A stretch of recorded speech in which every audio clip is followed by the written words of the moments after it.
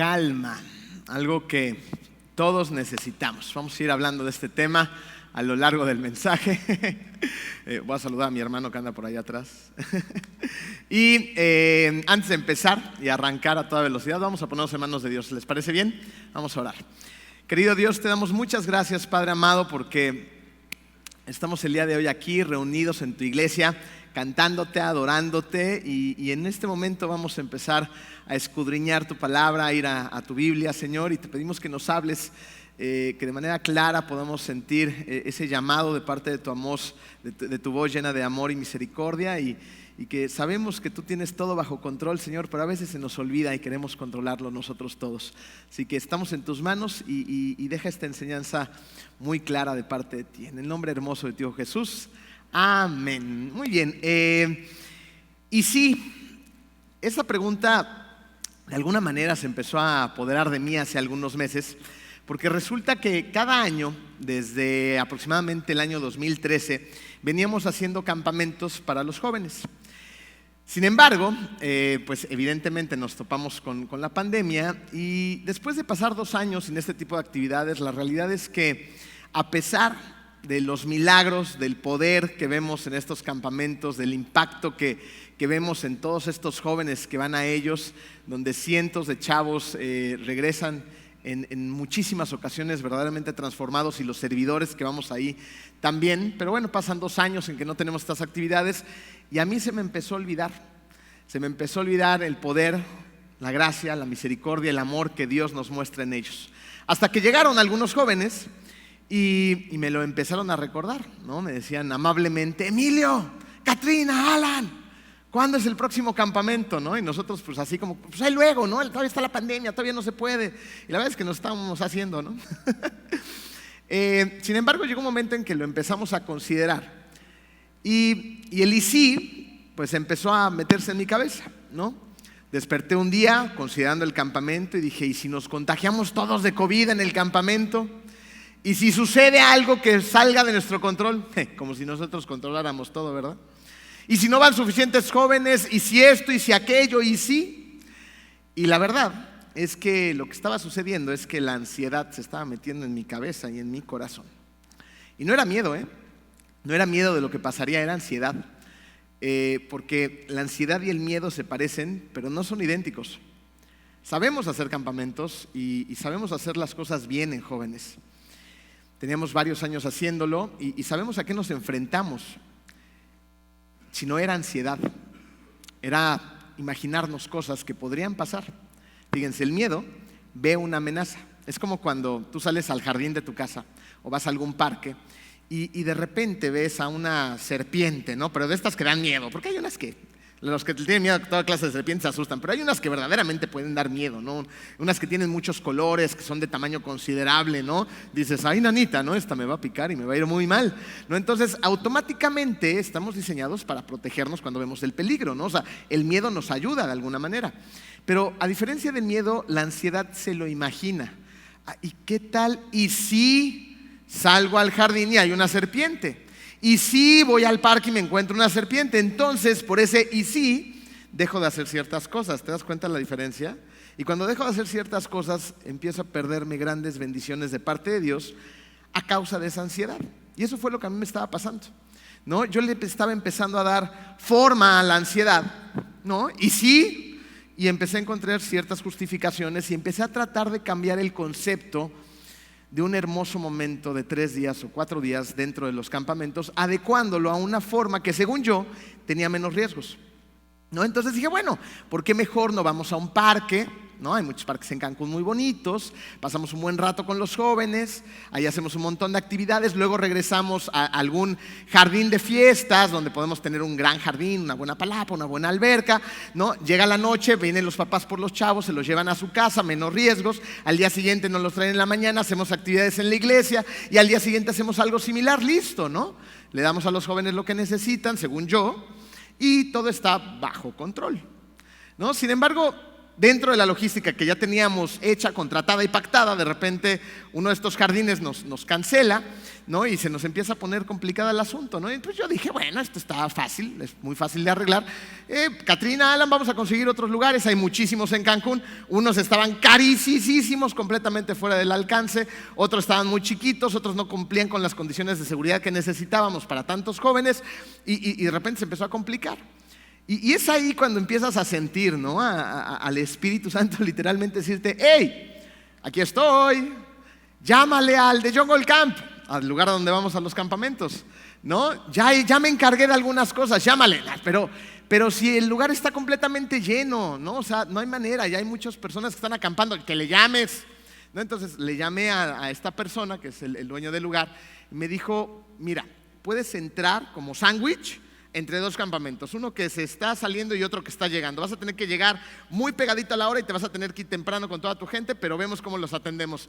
Y dije, pues bueno, ¿no? Está bien, lo consideramos, lo platicamos en el equipo de liderazgo y dijimos, adelante, ¿no? Una noche en Jungle Camp, puede ser, ¿no? Y volvimos a modificar la logística, listo, ya estaba todo resuelto. Y de repente, cuando ya faltaba tan solo una semana, empezó toda esta situación. En Cancún están arreglando varias avenidas principales, están modificando diferentes avenidas, y una de ellas era una que nos llevaba al parque a donde íbamos a ir, ¿no? La Colosio, que es una muy grande, y se estaba haciendo un relajo impresionante. Entonces uno de los proveedores de los camiones me dijo, oye Emilio, ¿sí estás consciente de lo que está sucediendo en la Colosio? Le dije, sí, sé que están arreglando. Me dijo, pero no te imaginas la cantidad de retrasos que está habiendo, porque apenas estaban como que encontrando la forma de desviar el tráfico y todo lo demás. Le dije, ¿de qué me estás hablando? Me dijo, mira, yo hoy saqué un transporte y lleva 4 horas atorado en el tráfico. Le dije, no inventes. Entonces le empecé a preguntar a otras personas que van hacia allá y me dijeron diferentes estrategias para ir, pero todas coincidían en que el retraso mínimo para ir a donde íbamos era aproximadamente de 1 hora. Entonces dije, esto lo arreglamos en un santiamén, ¿no? Entonces le hablé al del parque a donde íbamos a ir, a mi contacto allá, y le expliqué la situación. Ellos estaban conscientes, pero me dijeron, el único problema es que tenemos un montón de reservas, así que pues tienes que llegar más temprano, entonces a ver cómo lo haces. Y si no llego a tiempo, ¿qué pasa? Pues pierden su dinero y el tour, ¿no? El dinero y el tour de más de 100 personas, sí.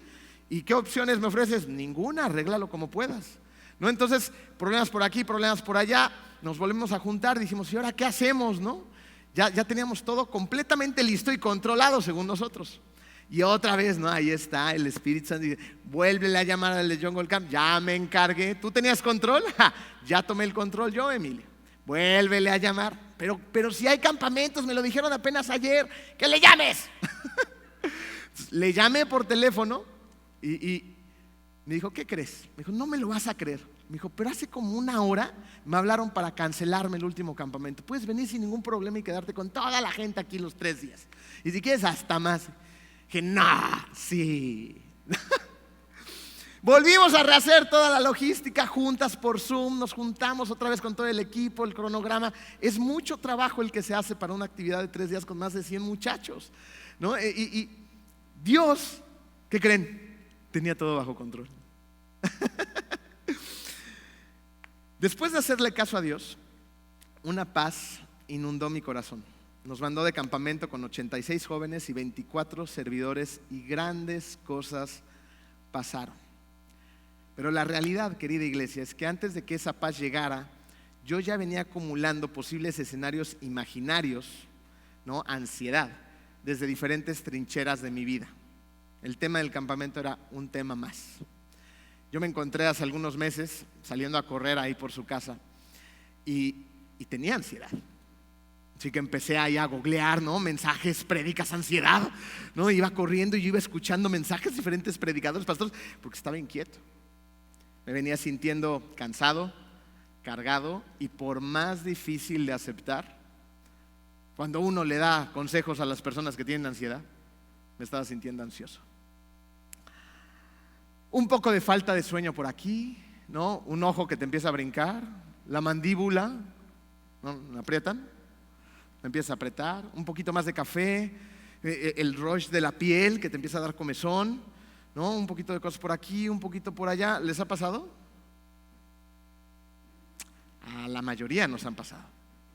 Y resulta que hoy en día es más común de lo que nos podemos imaginar.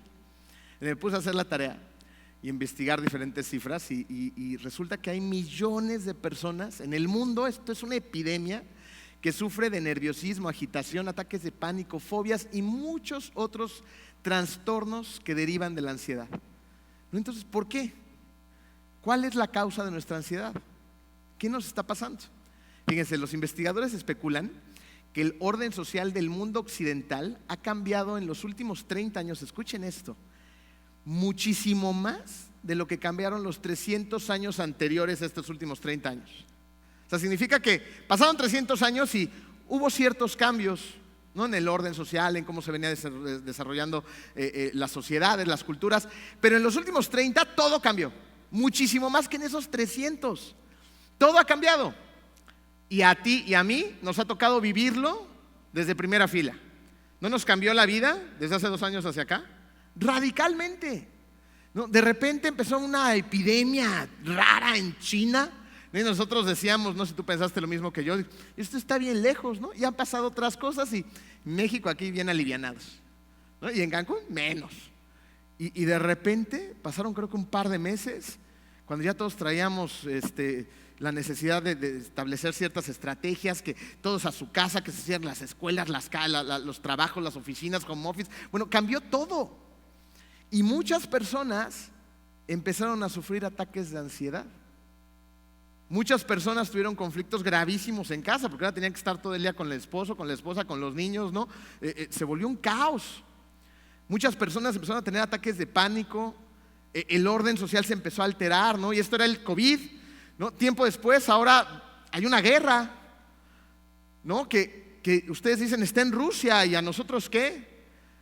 Esta iglesia ha trabajado a favor, gracias a ustedes, de muchas personas que vienen de Ucrania huyendo de la guerra y que ustedes les han tendido una mano.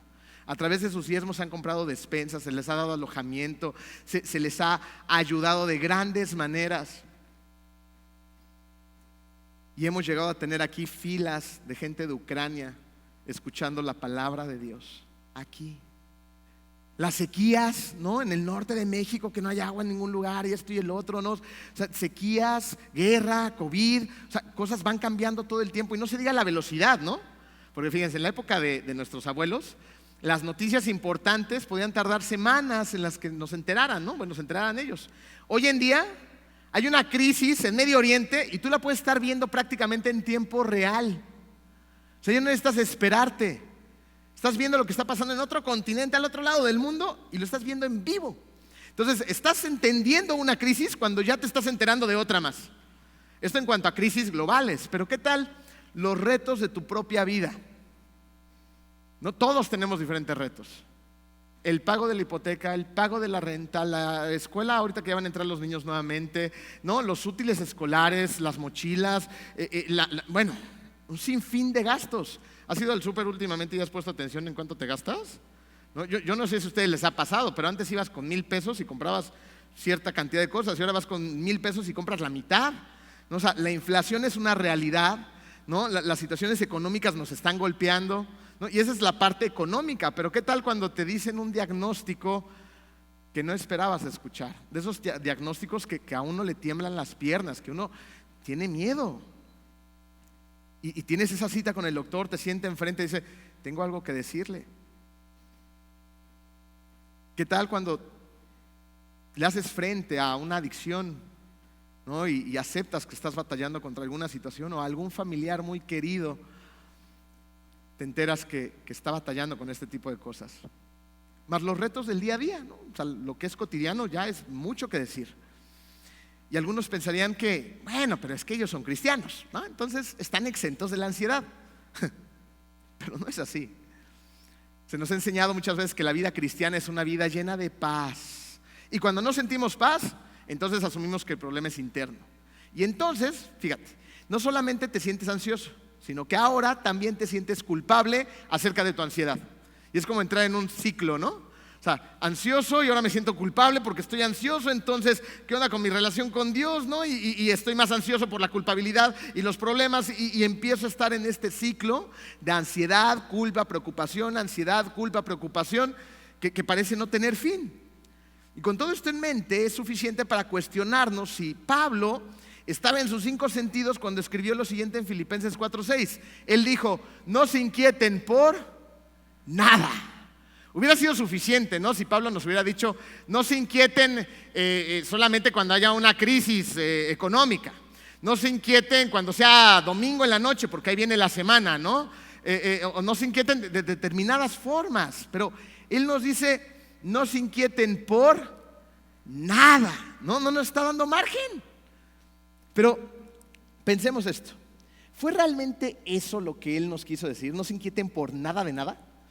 No exactamente. Fíjense, él escribió esta frase en tiempo presente activo, lo que implica un estado continuo.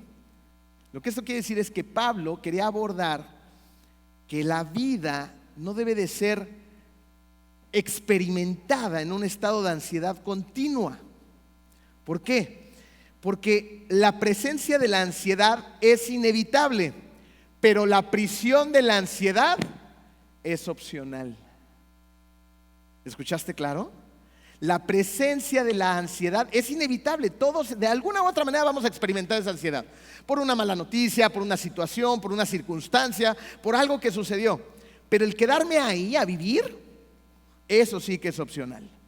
Y es precisamente en esa prisión de la ansiedad que esta ahora sí nos va a conducir al pecado. ¿Sabes por qué? Porque la ansiedad no es por sí misma un pecado, es una emoción. Pero lo que sí hace la ansiedad es conducirnos a actos pecaminosos. ¿Cómo hacemos esto y cuándo hacemos esto? Cuando anestesiamos la ansiedad, ¿no? Y somos buenos anestesiando la ansiedad, ¿verdad? ¿Conocen a gente que les ha dicho: estoy muy nervioso, no estoy muy nervioso, me voy a echar un cigarrito? ¿No? Entonces están tratando de anestesiar la ansiedad. No, es que esto me sobrepasa, necesito un trago, ¿no? Y el trago se convierte en una botella, ¿ok? O estoy muy ansioso, necesito comer, ¿no? Y esos atracones de comida, ¿no? Por ansiedad. Entonces vamos a los excesos o tomamos decisiones que son pecaminosas por sí mismas, ¿no? La ansiedad, ¿saben qué también produce? Arranques de ira, ¿no? Gente que se lastima a sí misma, ya sea de manera psicológica o corporal, o que lastima a los demás, los hace menos, los hiere con sus palabras, con sus actos, con su forma. Gente que hace pedazos a su familia. No se dan cuenta. Así soy. No somos así, así escogemos ser, porque no le terminamos de creer a Dios. Esta es una ansiedad tóxica, una que se hace cada vez más duradera, una que te hace daño a ti, que le hace daño a las personas que te rodean, y muchas veces derivada del producto de nuestra imaginación, ¿no? Ay, es que en el jardín está lleno de serpientes, entonces no voy a salir, ¡qué miedo! No, ni siquiera hay serpientes. Es más, ni siquiera tienes jardín. No, o sea, y estás muy preocupado por lo que... No funciona así. Estamos imaginando cosas que nos generan preocupación. Fíjate, Jesús dijo lo siguiente en Lucas 21:34: tengan cuidado y no dejen que sus corazones se hagan insensibles por las preocupaciones de esta vida, ¿no? ¿Qué hace esa ansiedad? Y te lo digo porque lo he experimentado y me pasa a mí, ¿no? Hace insensible mi corazón. Cuando yo estoy preocupado, dividamos rápidamente la palabra preocupado, ¿no? O sea, estoy haciendo algo antes de ocuparme, y bueno fuera que nos preocupáramos, ¿no? O sea, que dijéramos: ok, necesito hacer este plan, necesito prever esta situación, ¿no? O sea, tomo acciones antes de llegado el momento. Pero yo me he cachado muchas veces preocupándome en exceso. O sea, ya vi los diferentes ángulos de la situación, ya pedí consejo, ya hice lo que estaba en mis manos, pero aún así mi mente sigue atrapada ahí. ¿Te pasa? No, o sea, sigues preocupándote todo el tiempo, y cuando estoy preocupado, entonces me doy cuenta que dejo de ser un buen esposo, me doy cuenta que dejo de ser un buen padre, me doy cuenta que dejo de notar a la iglesia, me doy cuenta que mi vida se ve aprisionada por esa preocupación. Me doy cuenta que pierdo el gozo, me doy cuenta que empiezo a dejar de servir. Ya no sirvo porque estoy tan preocupado que no sirvo, estorbo, porque estoy muy preocupado. Esto hace que nuestro corazón se convierta en un corazón insensible, porque solamente me estoy viendo a mí, mis situaciones, mis preocupaciones. No noto a los demás. Fíjense, hay algunas señales en el camino para descubrir si esa ansiedad tóxica está presente en nuestra vida. ¿no? Ahí les van unas cuantas preguntas rápidamente para que ustedes puedan reflexionar dentro de sí. ¿Te estás riendo menos que antes? O sea, Dios, ¿estás consciente que también nos trajo esta vida así para trabajar para un propósito, para un significado, pero también es un Padre amoroso que nos da muchas cosas en abundancia para que las gocemos su creación, gocemos lo que Él nos da, ¿no?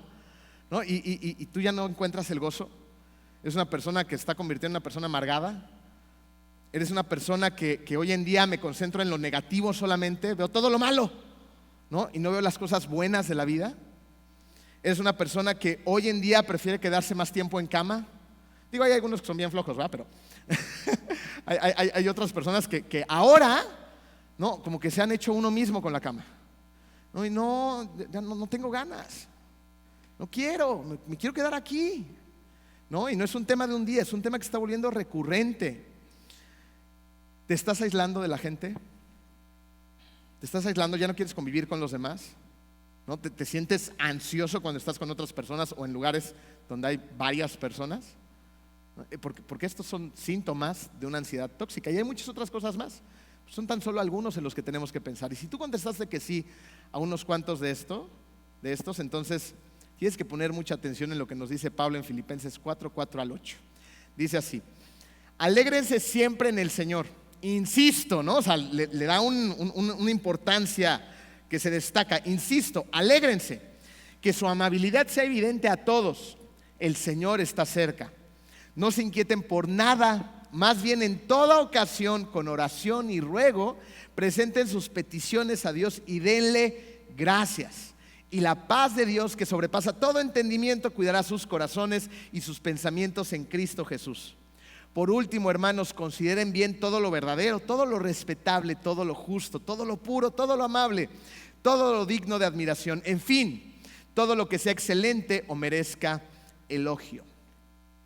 Aquí hay una cantidad de información espectacular. Vamos a ver por medio de estos 5 versículos 4 consejos que nos van a llevar a una promesa. ¿Ok? Vamos al primer consejo. ¿Listos? Celebra la bondad de Dios. En el versículo 4:4 de lo que acabamos de leer, vamos a ir diseccionando estos pasajes. Dijo Pablo: alégrense siempre en el Señor. Insisto, alégrense. ¿Qué nos está diciendo aquí Pablo?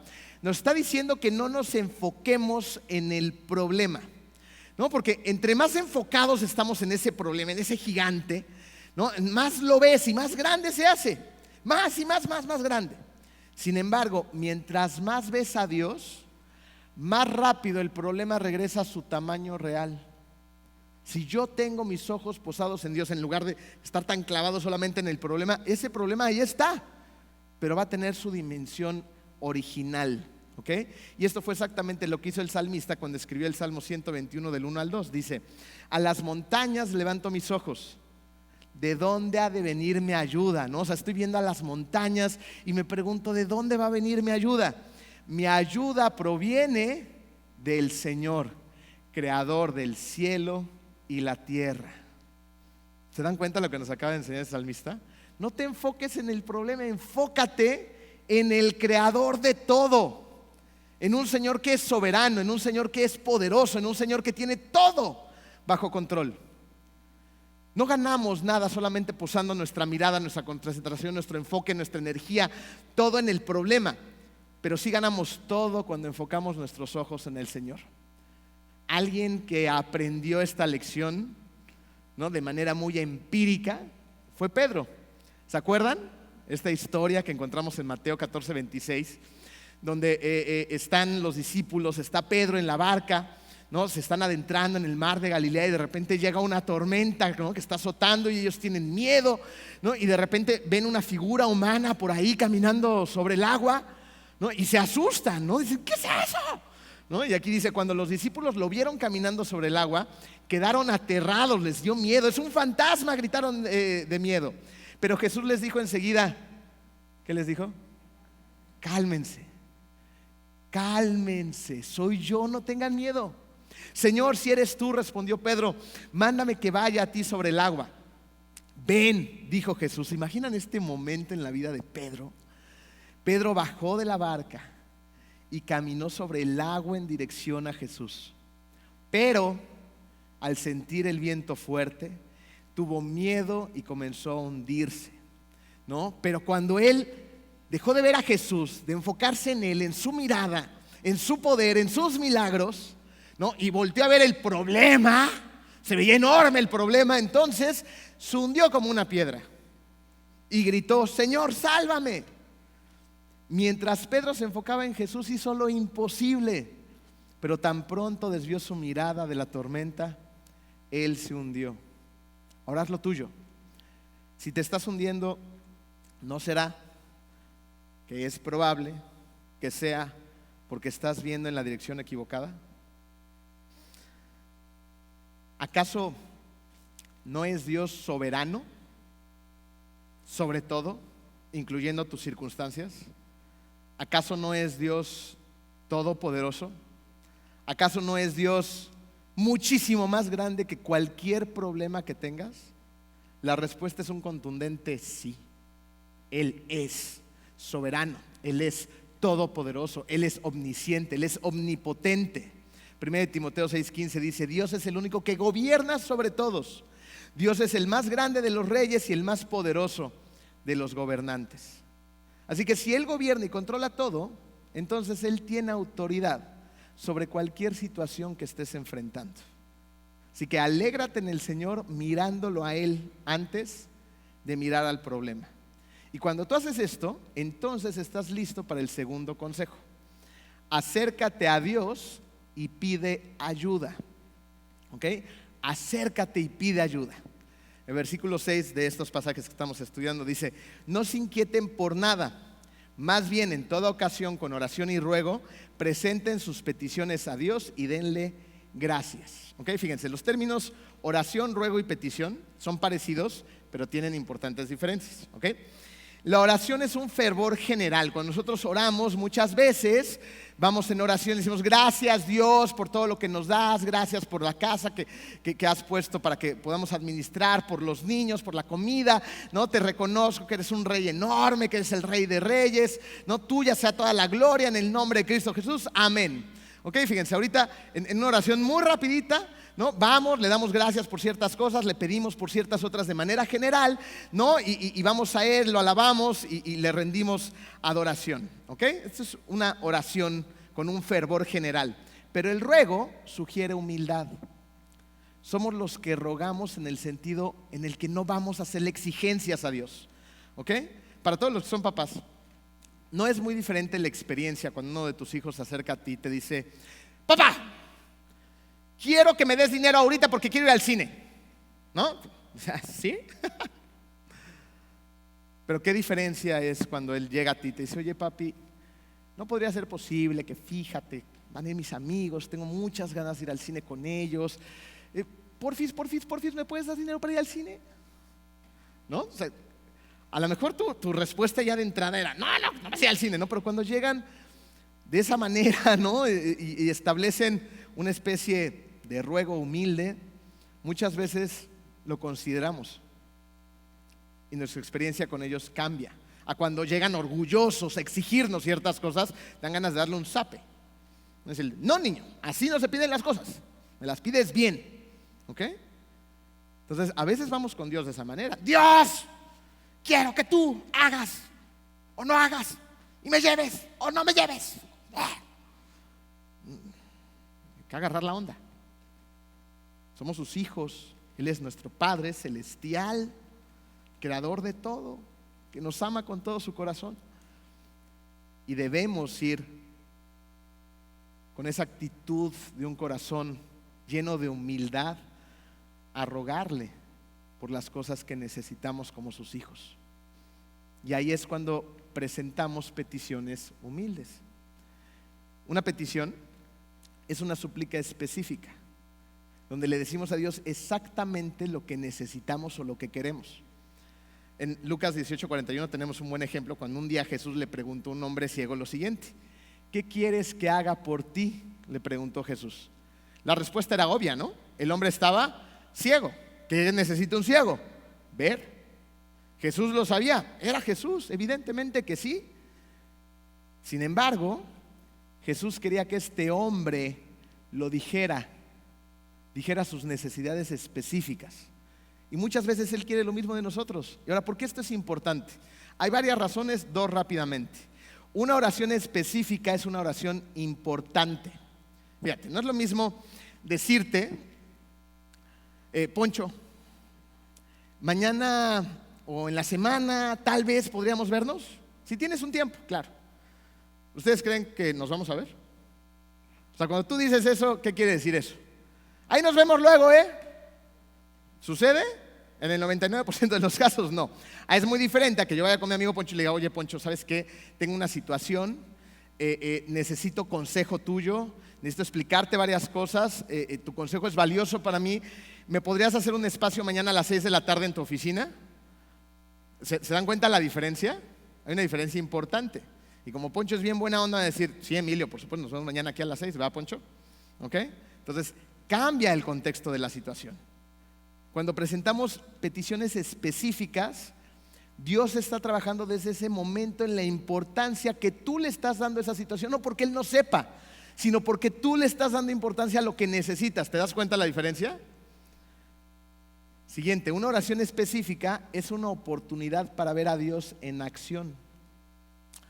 Cuando vemos que Él responde de una forma específica a una petición, nuestra fe ¿qué? Crece. Nuestra fe crece, lo vemos a Dios en acción. Miren, hay algunas personas de las que yo sé que llevan un diario de oración, ¿no? Y escriben sus peticiones a lo largo del año. Y de repente, cuando va pasando el tiempo, regresan a esos diarios de oración y van de atrás hacia adelante y se dan cuenta, pueden ver cómo Dios ha contestado sus oraciones, ¿no? Y cuando estas personas ven esto, dicen, mira, yo escribí esto, tal fecha, y Dios lo cumplió. Dios habló. Dios me escucha. Y miren, cuando esas cosas pasan, lo que ocurre en nosotros es increíble. Porque tu fe crece y crece a un punto, cuando tú estás viendo a Dios obrar en acción en tu vida, que no te quieres quedar con eso en tu corazón. Quieres salir al mundo y decirles, Dios es real, Dios existe, esto funciona. Dios me está escuchando. Dios está obrando en mi vida. Nuestra fe crece y la queremos compartir con los demás. ¿Se pueden dar cuenta cómo el camino a la paz que necesitamos está pavimentado con oración? Con ir a Dios en esta plática, ¿no? y expresarle tus peticiones con humildad, alabarlo, glorificarlo, adorarlo y llevarle nuestras necesidades. Resulta que más pensamientos de oración nos dan menos preocupación. Más pensamientos de oración nos dan menos pensamientos ansiosos. Tenemos que orar más. Tenemos que hablar más con Dios. Tiene que ser una parte fundamental de nuestra vida. Tercer consejo: lleva tus preocupaciones ante Él. El día de ayer estábamos tuvimos una reunión con varias personas que ayudan en jóvenes, una reunión muy bonita. Y de repente a otro miembro de la iglesia se le ocurrió hacer una dinámica que se llama Rosas y Espinas, ¿no? Donde cada uno platicaba algunas de sus experiencias del campamento, otras cosas, y decía, bueno, ¿cuál es tu espina, no? Y ¿cuál es tu rosa? La espina era algo negativo y la rosa era algo positivo en la vida de cada quien.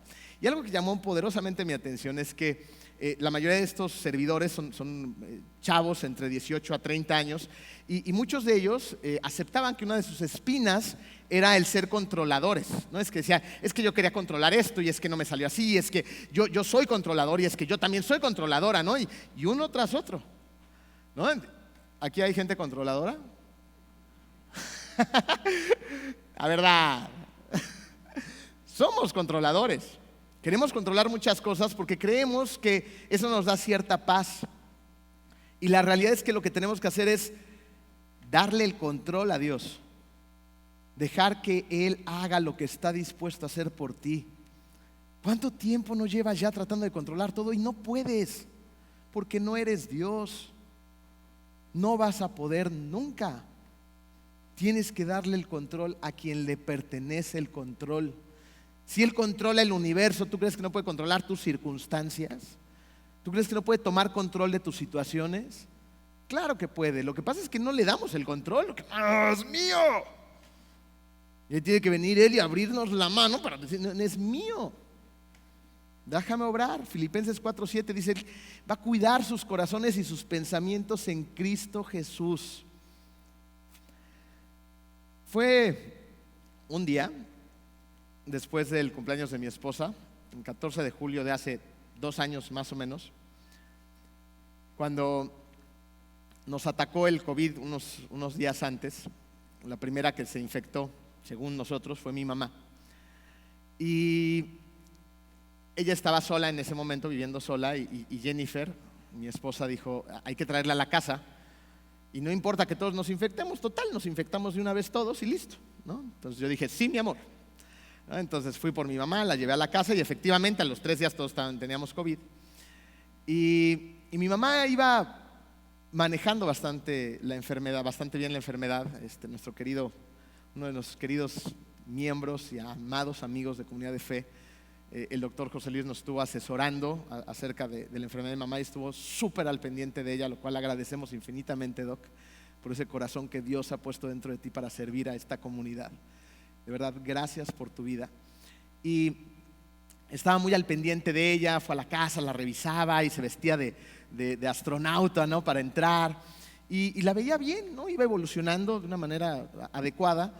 Llegó el cumpleaños de mi esposa, todos con COVID, ¿no? Celebrando el pastel, no podía venir nadie a la casa evidentemente, entonces contratamos unos mariachis, estaban desde el jardín, ellos cantando para que no se infectaran, se veía todo muy simpático.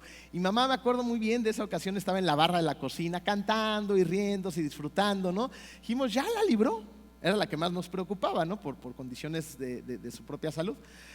Y al día siguiente, el 14 de julio, de repente yo estaba semi aislado y me toca Jennifer en la recámara, me dice, Emilio, tu mamá se siente mal, ¿no? Los primeros intercambios que tuvo de palabras con mi esposa es, no puedo respirar. Después de que nuestros amados miembros de Comunidad de Fe nos llevaran un tanque de oxígeno de este tamaño, ¿no? Tenemos un ministerio en la iglesia, si no saben, que se llama Amor en Acción, que ayuda de una manera impresionante a las personas en necesidad. Les llamamos, nos dijo el doctor, necesitan ponerle oxígeno. ¿Dónde hay un tanque de oxígeno? Llegó en media hora, bueno, ya la teníamos conectada. Nos pidió el doctor que le mandáramos imágenes y videos de las lecturas de los aparatitos. Y el doctor nos dijo, tu mamá necesita irse a un hospital, pero ya, rapidito, porque está muy mal, se está viniendo abajo y en caída libre, ¿no? Mi hermano ya estaba enterado, también llegó vestido de astronauta, bajamos entre los dos un tanque de oxígeno gigantesco para meterlo al coche. No queríamos perder tiempo en lo que llegaba la ambulancia, porque el doctor nos dijo que era algo urgente y mi mamá se veía como algo urgente. Y antes de llevarla al coche y todo lo que siguió, tuvimos Jenny y yo que tener una plática con ella que era una plática temida. La plática de, mamá, necesitamos llevarte a un hospital. Evidentemente, con toda la situación que estaba pasando en todo el mundo y las historias que todos escuchamos y algunos de ustedes vivieron en carne propia, mi mamá no quería ir al hospital, porque no sabía si iba a ser la última vez que nos iba a ver. La abrazamos, oramos con ella, lloramos con ella y ella confió en que su familia estaba haciendo lo mejor que creía para ella. Confió y dijo, está bien, llévenme. Nos subimos todos al coche, los que cabíamos. Mi hermano iba agarrando el tanque de oxígeno atrás y que, bueno, si no nos pasa algo con el COVID, vamos a explotar en esta camioneta en algún momento. Llegamos al hospital, ya nos estaban esperando, la metieron al cuartito donde te hacen la primera revisión. Y el primer médico que la revisó dijo, señora, usted no se ve tan mal, ¿no? Entonces dije, listo, ¿no? En 1 hora ya estamos fuera de aquí, medicamentos, nos vamos a casa, no pasó nada, ¿no? Seguimos con el tratamiento y adelante. Dijo, pero tienen que esperar al especialista. Y en eso llegó el especialista, un muy buen médico, totalmente involucrado en el área COVID, un internista, y nos dijo, le empezó a checar y empezó a hacer esos rostros del doctor que no nos gustan ver. Y me dijo, tengo que hacerle otros estudios mucho más especializados. La llevó a hacer estudios y no volvimos a ver a mamá sino hasta semanas después por videollamada. Salió el doctor, nos dijo, su mamá tiene 80% de daño pulmonar y está muy, muy grave. Tienen que estar preparados para lo peor porque vamos a hacer lo posible, pero no sabemos si vaya a salir adelante. Y fíjense, esta pequeña historia yo la puedo dividir en 2 momentos muy importantes. El primero fue de parte de ella. cuando confió en nosotros. La llevamos, pero cuando la llevamos y la dejamos, nos tocó a nosotros confiar. Nos tocó confiar. Teníamos que confiar en los especialistas, teníamos que confiar en lo que el doctor José Luis nos dijo, teníamos que confiar en lo que este nuevo doctor nos estaba diciendo. A este nuevo doctor no lo conocíamos, yo confiaba en él, pero no confiaba en el nuevo doctor. Sin embargo, es un especialista y sabía lo que hacía. La tuvimos que dejar y confiar.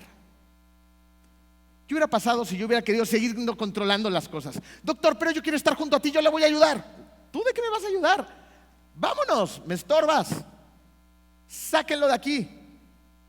En este momento yo voy a tomar el control porque yo sé lo que necesita tu mamá.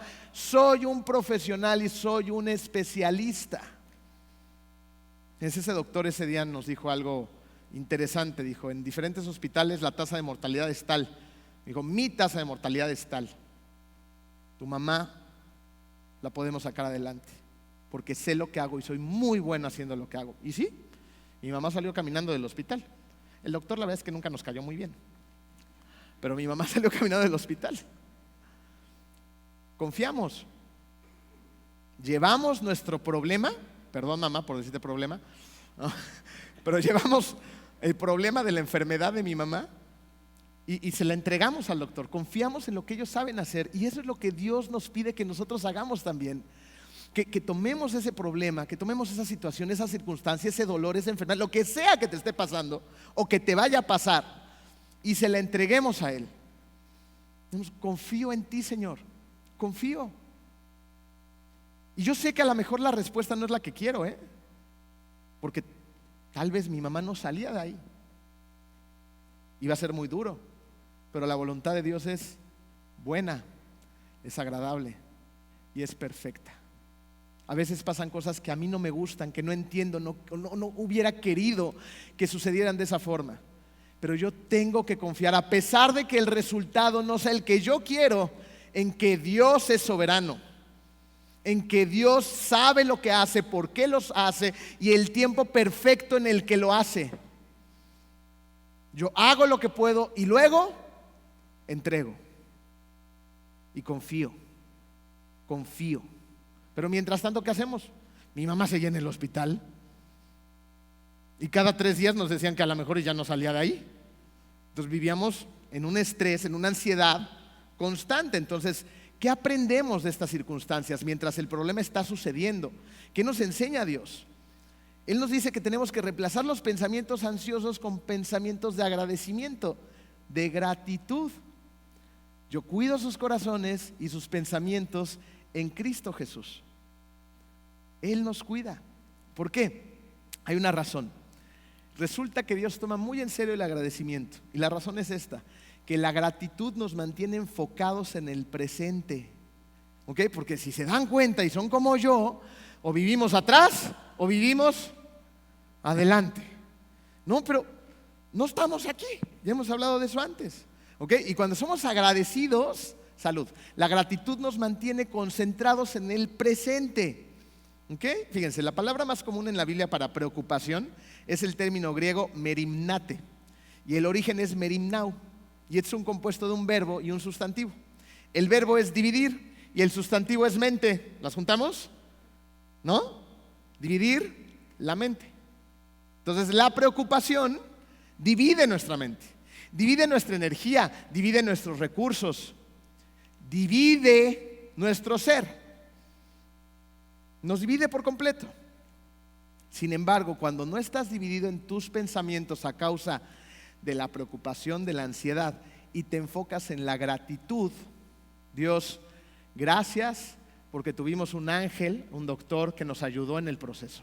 Gracias porque tenemos las condiciones para tomar cuidado de mi mamá. Gracias porque podemos ir a un hospital. Gracias porque encontramos un especialista. Gracias por muchas cosas. Siempre puedes encontrar cosas por las cuales puedes dar las gracias. Estás aquí, da gracias. Estás escuchando la palabra de Dios, da gracias. Veniste a alabar y adorar al Creador del universo, da gracias. Tienes ropa, estás vestido, trae tenis, ya desayunaste hoy, da gracias. Llegas a tu casa y le haces clic y se prende la luz. Da gracias, tenemos que ser agradecidos. Pero la verdad es que estamos tan clavados en los problemas, en las preocupaciones, en la ansiedad, que perdemos de vista al creador de todo. Cuando nos enfocamos en Él y somos agradecidos, nos concentramos en el presente. Podemos voltear a ver a nuestros seres queridos, podemos voltear a ver todo lo que Él nos da y decir, gracias Dios. Y eso empieza a desbaratar a la ansiedad. Se deshace entre nuestras manos porque tenemos mucho por lo cual debemos de dar gracias. Y cuando nuestra mente está despejada, entonces tenemos espacio cerebral disponible y la debemos usar bien. Lo que nos lleva al cuarto y último consejo: medita en todo lo bueno. Filipenses 4:4-8. Por último, hermanos, consideren bien todo lo verdadero, todo lo respetable, todo lo justo, lo puro, lo amable, todo lo digno de admiración, en fin, todo lo que sea excelente o merezca un elogio. Aquí Pablo nos está diciendo al principio, consideren. Y este punto es simple pero muy interesante, porque una de las mejores maneras de afrontar la ansiedad es considerando. ¿Ok? Consideramos con pensamientos claros y lógicos. Fíjate, el diccionario dice que considerar es pensar atenta y reflexivamente. Ahora piensa, ¿qué estás considerando tú? Hoy, ¿qué es lo que estás considerando? ¿En dónde estás poniendo tu mente?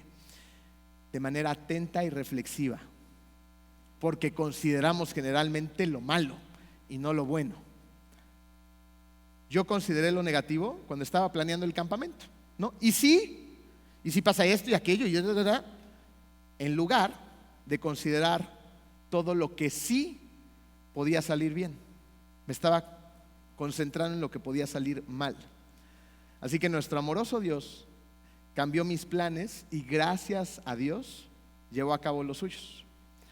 Esta generación es una generación particularmente diferente a otras que hemos tenido en jóvenes. En gran medida, la razón es el COVID. Estos chicos, que no se nos olvide, que estuvieron prácticamente 2 años con una vida completamente transformada a la de ustedes. Ellos están mucho más pequeños, tienen menos experiencia. Perder segundo y tercero de secundaria para un chiquito es una desgracia. Perder un par de años de preparatoria, un par de años de universidad encerrados en sus casas, cambia mucho en sí. Cuando llegaron estos muchachos al campamento, muchos llegaron retraídos, muy tímidos, muy introvertidos, con poca relación dentro del grupo, con problemas para socializar con los demás, porque han perdido ciertas habilidades a causa de este bicho. Y es un reto mayúsculo, ¿eh? Cuando los vimos llegar, dije, caray, con razón me puse el easy, porque este es un reto, pero Dios es bueno. ¿Me ayudas con la primera imagen, Rodo? Y después de ver esos muchachos echados para atrás, que no querían convivir, ¿no? Empieza a arrancar el campamento, empiezan a arrancar las actividades y Dios nos empieza a unir. Dios, no nosotros. Yo soy un inútil, pero Dios es mi Padre Celestial y es el tuyo también, y Él se encarga. Y empiezan a jugar y empieza la unión. Y también quedamos bien cochinos. Juegos con lodo, raspones, carreras, diversión, un montón de interacción. Muchachos que en la mañana estaban echados para atrás, de repente estaban corriendo por todos lados, buscando el tesoro escondido, yendo por la Biblia, buscando versículos. Bueno, estaba divertidísimo. Y eso es importante. A Dios le importa que nos unamos como iglesia, a Dios le importa que estemos juntos en comunión, a Dios le importa que hagamos amigos, que disfrutemos su iglesia. Pero a Dios le importa aún más tu corazón. Y entonces empiezan los momentos importantes, más importantes aún. Los momentos donde ves a estos chavos ir a Dios, quebrantar su corazón, escuchar la palabra y ser conducidos incluso a hacer pactos de santidad.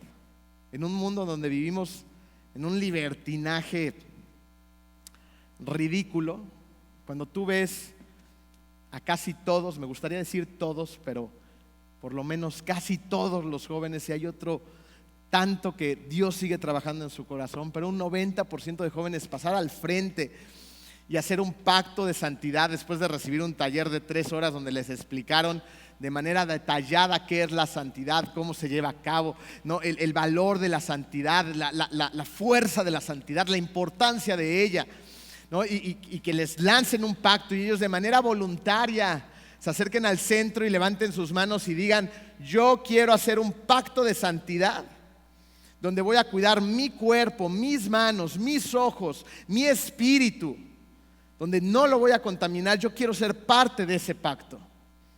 Y ahí estaban estos chavos haciendo ese pacto ante Dios, para luego seguir con la adoración. Y esos muchachitos que de repente están así como ustedes aquí en la adoración, haciéndolo así, utilizando la alabanza de colchón para llegar tarde, ¿no? De repente ahí estaban. Y eso se ve tranquis, porque estaban adorando, gritando, alabando, declarándole a Dios lo grande y maravilloso que es Él. Cuando antes llegaron todos introvertidos, escondiéndose atrás de mamá y papá, ahora estaban así, de manera voluntaria. Estábamos siendo testigos de los milagros y del poder de Dios. Después seguíamos con la noche. Todo eso pasó en una noche, ¿lo pueden creer?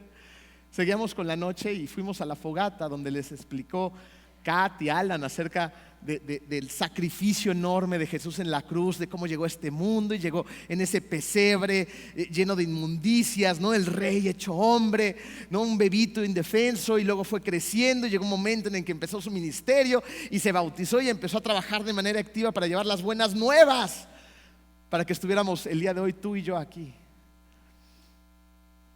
Y también escucharon la parte donde fue Jesús juzgado, donde despedazaron su espalda con 39 latigazos, donde le pusieron una corona de espinos y echaron suertes con su ropa, para luego cargar su cruz hacia el monte de la calavera y fuera traspasado por clavos en sus muñecas y en sus tobillos, derramando esa preciosa sangre que cubre multitud de pecados.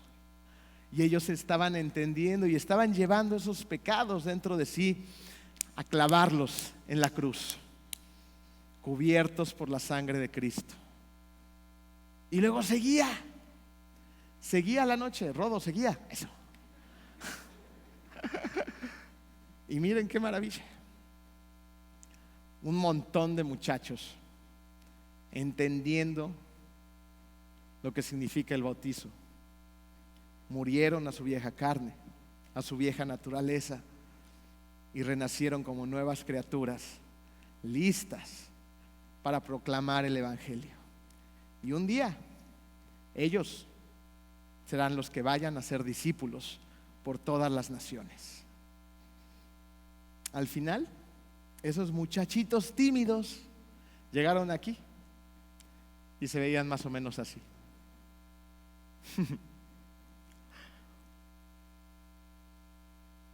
El poder de Dios en acción. El poder de Dios en acción. Y cuando veo eso, voy con Dios y le digo: perdón, Señor, porque yo quería arrebatarte la gloria, porque estaba ansioso, porque me estaba imaginando cosas. Y sí,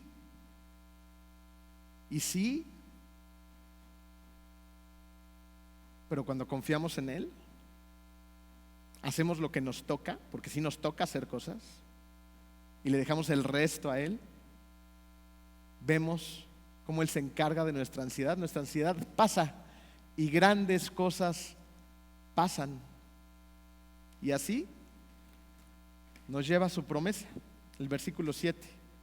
Y la paz de Dios, que sobrepasa todo entendimiento, cuidará sus corazones y sus pensamientos. Esa es la promesa, la paz de Dios. La paz de Dios nos trae calma. Celebra la bondad de Dios, acércate a Dios, lleva tus preocupaciones y pidamos su ayuda. y meditemos en todo lo bueno. Está en inglés porque ya no nos alcanzaba el tiempo para la letra A. Así que calma y haz lo que te dice la palabra de Dios que tienes que hacer. Ve, entrégale a Él y deja que Él haga todo lo demás. Confiemos en el poder, en la soberanía de nuestro Dios. Vamos a orar. Querido Dios, te damos tantas gracias, Padre amado, porque nos muestras el camino, Señor, porque tú tomas control a pesar de nosotros. Tú eres un Dios soberano que nada se le va de las manos, Señor, y estás preparando el camino para hacer milagros en tus hijos, Padre, para que tus hijos sean tocados por tu amor perfecto y nunca más vuelvan a ser iguales. Te doy gracias, Padre, por la vida de cada una de las personas que están escuchando tu palabra en esta mañana. Y te pido, Padre, que nos des esa paz, que nos des esa calma que tú nos prometes cuando estamos enfrentando la tribulación, cuando estamos enfrentando la tormenta, los problemas, circunstancias adversas, Padre, diagnósticos que nos apachurran el corazón. Cuando nos quedamos sin trabajo, sin provisión, nosotros sabemos que podemos ir a ti y confiar completamente en que tú eres un Dios soberano, que todo lo puede y que nunca abandonas a tus hijos. Danos esa calma que tanto necesitamos, Padre, en este mundo que va tan rápido, en este mundo tan cambiante. El mundo cambia, pero tú no. Tú te mantienes inconmovible, Señor. Tú eres el Dios perfecto, el Dios hermoso, el Dios grande que siempre es, que siempre será. Eres nuestro alfa y nuestro omega, Señor. Eres nuestro Dios. Danos la calma que necesitamos y déjanos experimentar la paz que solamente Cristo nos puede brindar. En el hermoso nombre de tu Hijo Jesús. Amén.